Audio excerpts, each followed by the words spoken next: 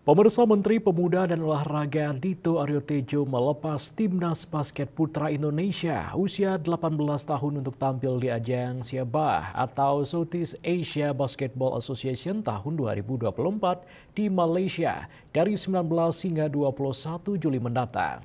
Menpora Dito berharap para atlet muda basket Indonesia bisa mengukir prestasi yang terbaik dalam ajang SIABA nanti dan membawa nama harum bangsa Indonesia.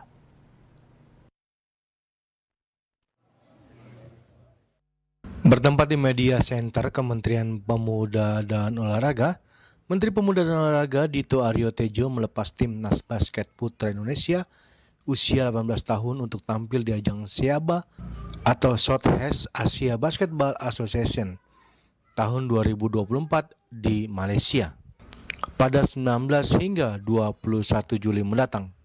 Pria yang akrab disapa Dito itu berharap seluruh atlet basket usia 18 yang terpilih bisa memberikan yang terbaik untuk membawa basket Indonesia berprestasi di kancah Asia serta membawa nama harum bangsa Indonesia.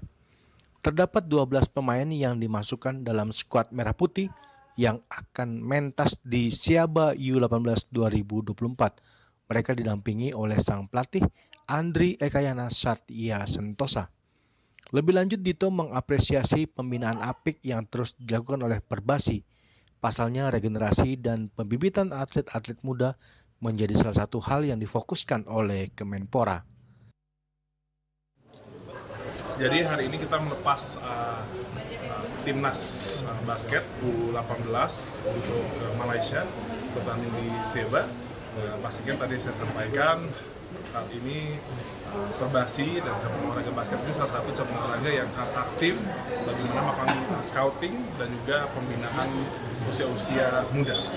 Dan kita berharap ini basket Indonesia ini pertama bisa kembali mempertahankan juara umum di SEA Games. Jadi di tingkat Asia Tenggara kita harus bisa memimpin, dan selanjutnya target selanjutnya adalah bagaimana Indonesia bisa mendominasi di level Asia.